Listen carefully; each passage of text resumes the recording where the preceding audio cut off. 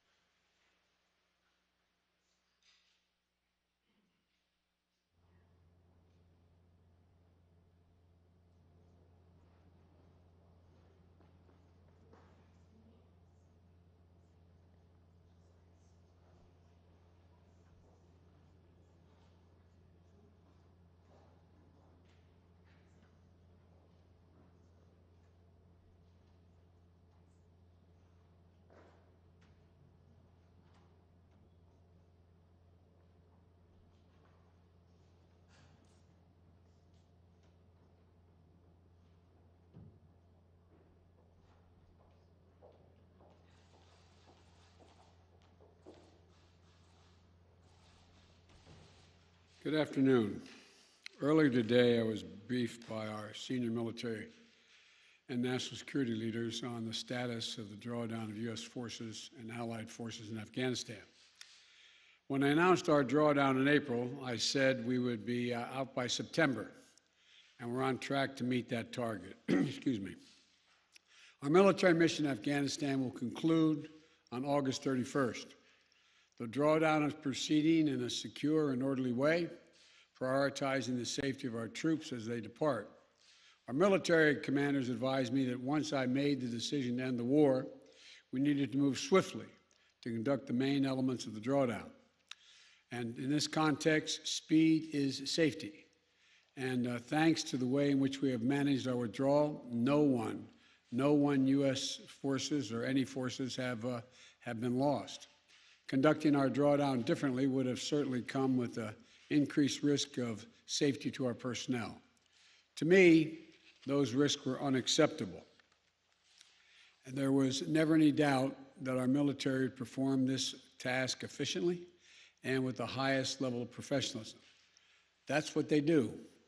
And the same is true of our NATO allies and partners who have supported, we are supporting and supporting us as well as they conclude their retrograde. I want to be clear, the U.S. military mission in Afghanistan continues through the end of August. We retain personnel and capacities in the country, and we maintain some authority, the same authority under which we've been operating for some time.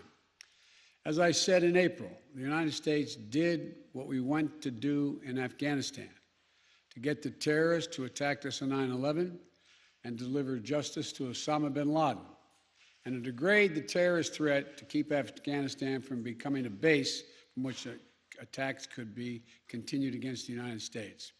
We achieved those objectives. That's why we went. We did not go to Afghanistan to nation build. And it's the right and the responsibility of the Afghan people alone to decide their future and how they want to run their country. Together, with our NATO allies and partners, we have trained and equipped over nearly 300,000 current serving members of the military, the Afghan National Security Force, and many beyond that who are no longer serving. Add to that, hundreds of thousands more Afghan national defense and security forces trained over the last 2 decades. We provided our Afghan partners with all the tools, let me emphasize, all the tools, training, equipment of any modern military. We provided advanced weaponry, and we're going to continue to provide funding and equipment, and we'll ensure they have the capacity to maintain their Air Force. But most critically, as I stressed in my meeting just 2 weeks ago with President Ghani and Chairman Abdullah, Afghan leaders have to come together and drive toward a future that the Afghan people want and they deserve. In our meeting, I also assured Ghani that U.S. support for the people of Afghanistan will endure. We will continue to provide civilian and humanitarian assistance, including speaking out for the rights of women and girls. I intend to maintain our diplomatic presence in Afghanistan, and we are coordinating closely with our international partners in order to continue to secure the international airport. And we're going to engage in a determined diplomacy to pursue peace and a peace agreement that will end this senseless violence. I've asked Secretary of State Blinken and our Special Representative for Afghanistan Reconciliation to work vigorously with the parties in Afghanistan, as well as the regional and international stakeholders to support a negotiated solution. To be clear, countries in the region have an essential role to play in supporting a peaceful settlement. We'll work with them, and they should help step up their efforts as well. We're going to continue to work for the release of detained Americans, including Ferrix. I want to pronounce the name correctly. I misspoke, so that he can return to his family safely. We're also going to continue to make sure that we take on the Afghan nationals who work side by side with U.S. forces, including interpreters and translators, since we're no longer going to have military there after this. We're not going to need them, and they have no jobs. We're also going to be vital to our efforts, they've been very vital, and so their families are not exposed to danger as well. We've already dramatically accelerated the procedure time for special immigrant visas to bring them to the United States.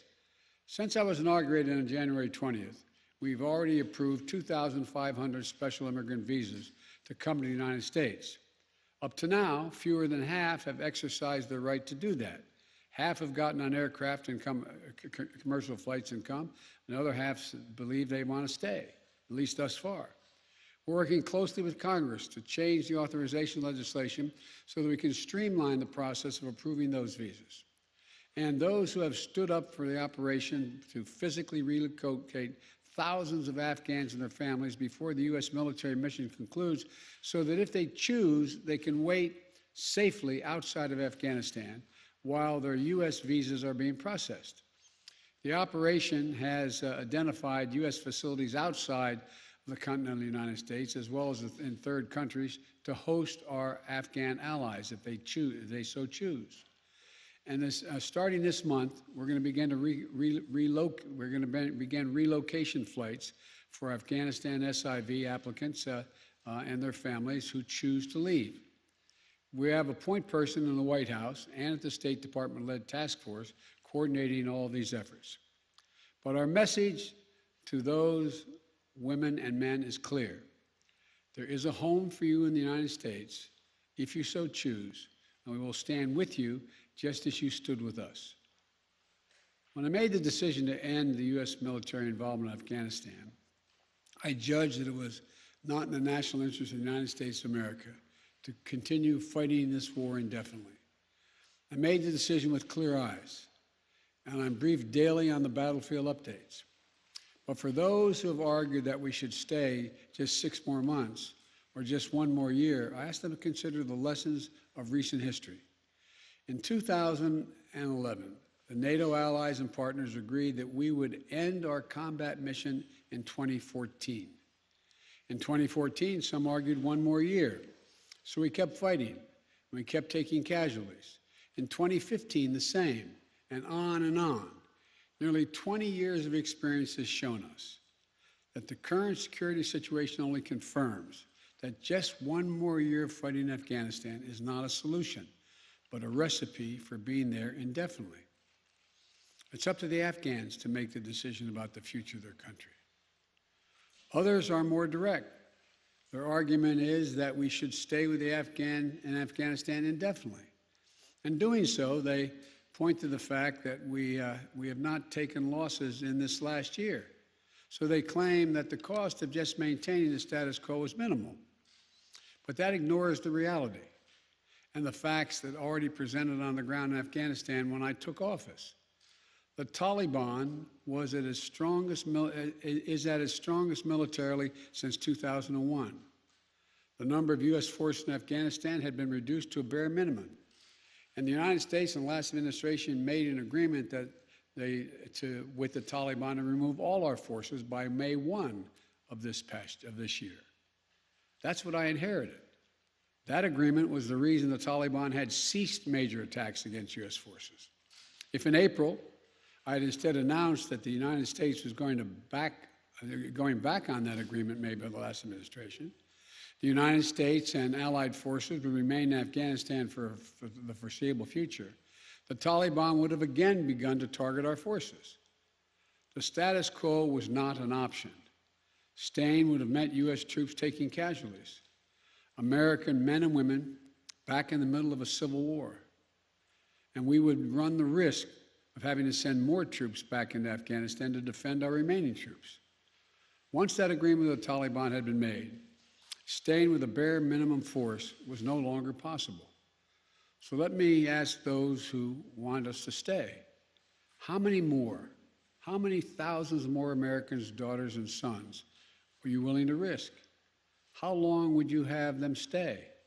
Already we have members of our military whose parents fought in Afghanistan 20 years ago.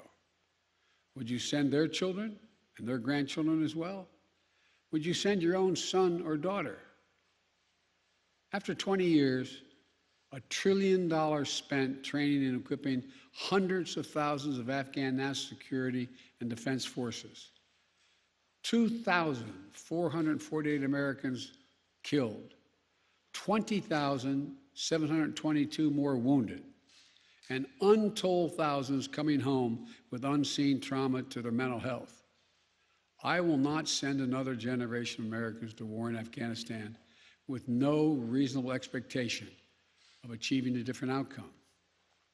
The United States cannot afford to remain tethered to policies created in response to a world as it was 20 years ago. We need to meet the threats where they are today. Today, the terrorist threat has metastasized beyond Afghanistan. So, we are repositioning our resources and adapting our counterterrorism posture to meet the threats where they are now, significantly higher in South Asia, the Middle East, and Africa. But make no mistake, our military and intelligence leaders are confident they have the capabilities to protect the homeland and our interests from any resurgent terrorist challenge emerging or emanating from Afghanistan. We are developing a counterterrorism over-the-horizon capability that will allow us to keep our eyes firmly fixed on any direct threats to the United States and the region and act quickly and decisively if needed. We also need to focus on shoring up America's core strengths to meet the strategic competition with China and other nations that is really going to determine our future. We have to defeat COVID-19 at home and around the world. Make sure we're better prepared for the next pandemic or biological threat.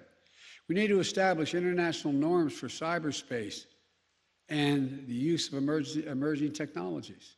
We need to take concerted action to fight existential threats of climate change.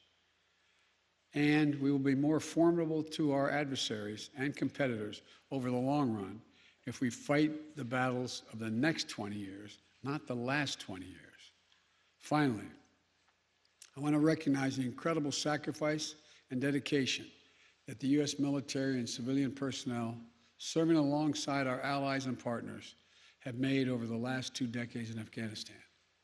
I want to honor the significance of what they've accomplished and the great personal risk they encountered and the incredible cost to their families. Pursuing the terrorist threat through some of the most unforgiving terrain on the planet, I've been almost throughout that entire country, ensuring there hasn't been another attack on the homeland from Afghanistan for the last 20 years, taking out bin Laden. I want to thank you all for your service and the dedication to the mission so many of you have given, and to the sacrifices that you and your families have made over the long course of this war. We'll never forget those who gave the last full measure of devotion for their country in Afghanistan, nor those whose lives have been immeasurably altered by wounds sustained in the service of their country. We're ending America's longest war, but we'll always, always honor the bravery of the American patriots who served in it. May God bless you all, and may God protect our troops. Thank you. Mr. President, do you trust the Taliban, Mr. President? Is a Taliban takeover of Afghanistan now inevitable? No, it is not. Because you have the Afghan troops have 300,000 well-equipped as any army in the world, and an Air Force, against something like 75,000 Taliban. It is not inevitable. Do you trust the Taliban, Mr. President? Do you trust the Taliban, sir? Is that a serious question? It's absolutely a serious question. Do you trust the Taliban? Do you No, I trust do not. the country to the Taliban? No, I do not trust the Taliban. So why are you handing the country over? Is the U.S. responsible for the deaths that happened to Afghans What? after you Mr. President, will you amplify that question, please? Will you amplify your answer, please, why you don't trust the Taliban? It's a silly question. Do I trust the Taliban? No. But I trust the capacity of the Afghan military, who is better trained, better equipped, and more competent in terms of conducting war. Yes, ma'am. Thank you, Mr. President. Given the amount of money that has been spent and the number of lives that have been lost, in your view, with making this decision, were the last 20 years worth it? You know my record. I can tell by the way you asked the question. I opposed permanently having American forces in Afghanistan. I argued from the beginning, as you may recall. It came to light after the administration was over, lasted our administration. No nation has ever unified Afghanistan. No nation. Empires have gone there and not done it. The focus we had, and I strongly supported, and you may remember, I physically went to Afghanistan. I was up in that pass where Osama bin Laden was allegedly escaped or out of harm's way. We went for two reasons. One, to bring Osama bin Laden to the gates of hell, as I said at the time. The second reason was to eliminate al-Qaeda's capacity to deal with more attacks in the United States from that territory. We accomplished both of those objectives, period.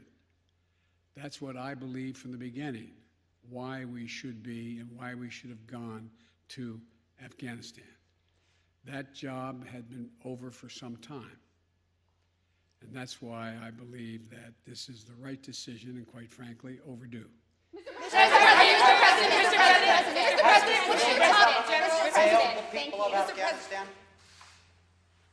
Mr. President, thank you very much. Your own intelligence community has assessed that the Afghan government will likely collapse. That is not true. Can you please clarify what they have told you about whether that will happen or not? That is not true. They did not reach that conclusion. So what is the level of confidence that they have that it will not collapse? The Afghan government and leadership has to come together. They clearly have the capacity to sustain the government in place. The question is, will they generate the kind of cohesion to do it? It's not a question of whether they have the capacity. They have the capacity. They have the forces. They have the equipment. The question is, will they do it? And I want to make clear what I made clear to Ghani, that we are not going to walk away and not sustain their ability to maintain that force. We are.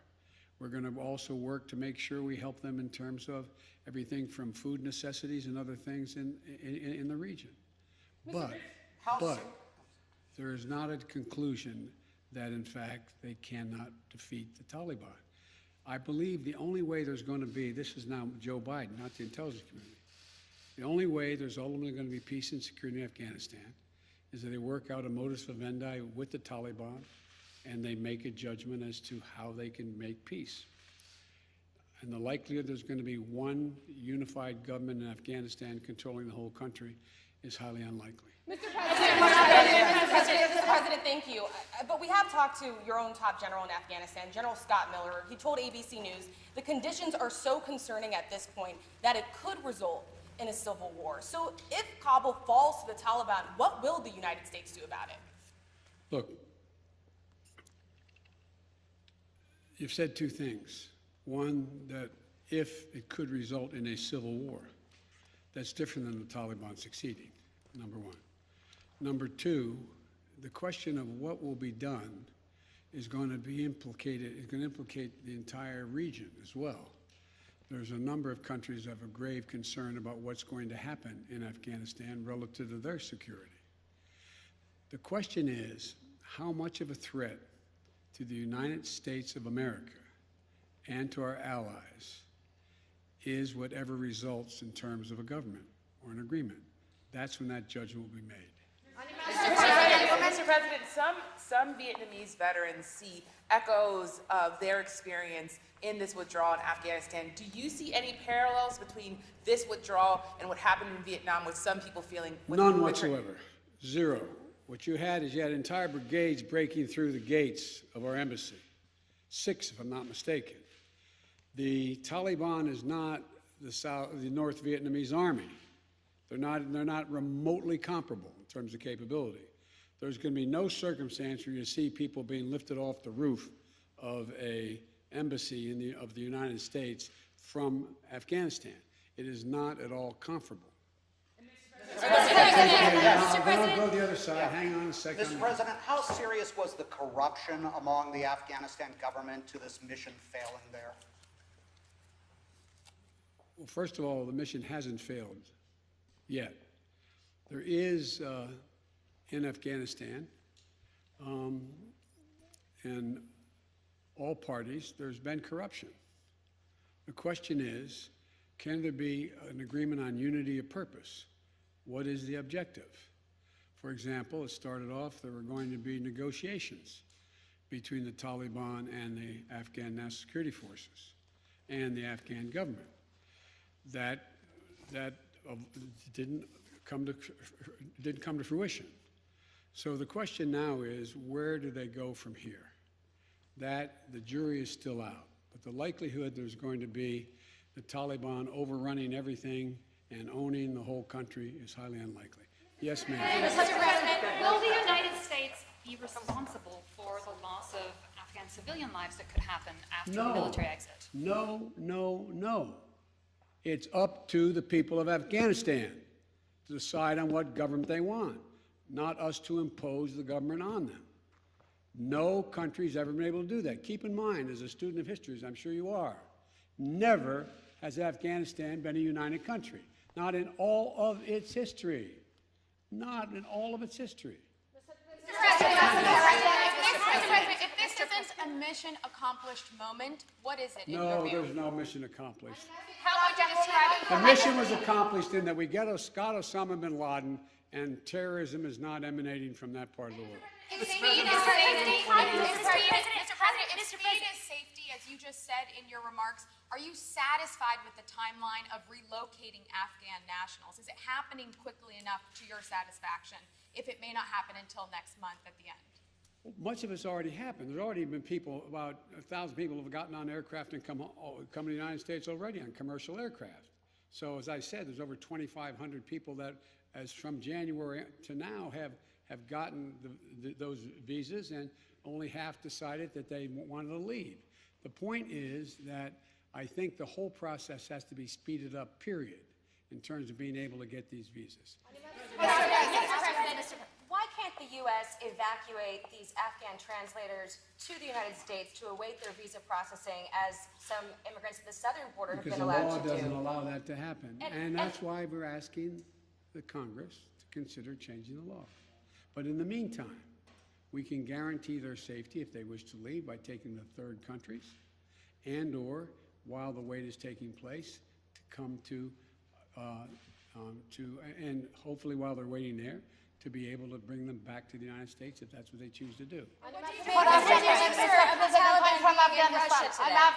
woman. Any message, good message for Afghan women in future, because they have achievement, they are really concerned about their achievement. They are very concerned with good reason. Yes. When I was in Afghanistan, I've been there a number of times. I remember being in a school outside, and by the way, the schools in Afghanistan are not fundamentally unlike schools on the West Coast, where they have, an area in the middle that is sort of like looks like a playground, and single-story buildings connected around it. And I remember saying speaking to a group of young women, I guess they're roughly, don't hold me to this, they look like they'd be 14, 15 years old. And they're in school, and there's a tiered classroom with single light bulbs hanging from the ceiling, as I know you know. And I said, you know, the United States came here to make sure that we got this terrorist Osama bin Laden, and that terrorist didn't amass again to go after our country. And then we're going to have to leave. And the young woman said, you can't leave. You can't leave. It was heartbreaking. You can't leave. She said, I want to be a doctor. I want to be a doctor. I want to be a doctor. If you leave, I'll never be able to be a doctor. Well, that's why we spent so much time and money training the Afghan security forces to do the work of defending that. If every work, well, anyway, so yes, I'm aware. I'm going to take one more question. Mr. President, have you spoken with any Taliban officials about the withdrawal? Mr. President, Mr. can you President, please The Taliban explain? being in Russia today. The Taliban. Mr. President, thank you. I wanted to ask, with the benefit of hindsight, you've spoken to the fact that the Taliban are sort of at their militarily strongest point that you've seen in 20 years. How do you feel personally about that with the benefit of hindsight and all of the dollars and investments and American troops that were sent there? Relative to the training and capacity of the ANSF and the federal police, they're not even close in terms of their capacity. I was making the point. The point was that here we were. The argument is, well, we could stay because no one was dying. No Americans are being shot, so why leave? Once the agreement was made by the last administration, we were going to leave by May 1st. It was very clear that a Taliban that had always been a problem was even a more sophisticated problem than they were than before. Not more sophisticated than the ANSF, the government, more than they were. The point being that it would have increased the prospect that they would have been able to take more lives of Americans if they decided we weren't going to go after them. That was the point I was making. Thank you all so very much. Have you spoken with any Taliban officials on the withdrawal? Mr. President, what do you make of the Taliban delegation going to Russia today? Mr. President.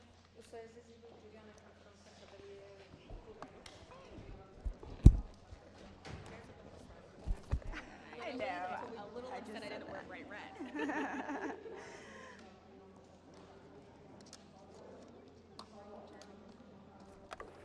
Yeah, that's crazy.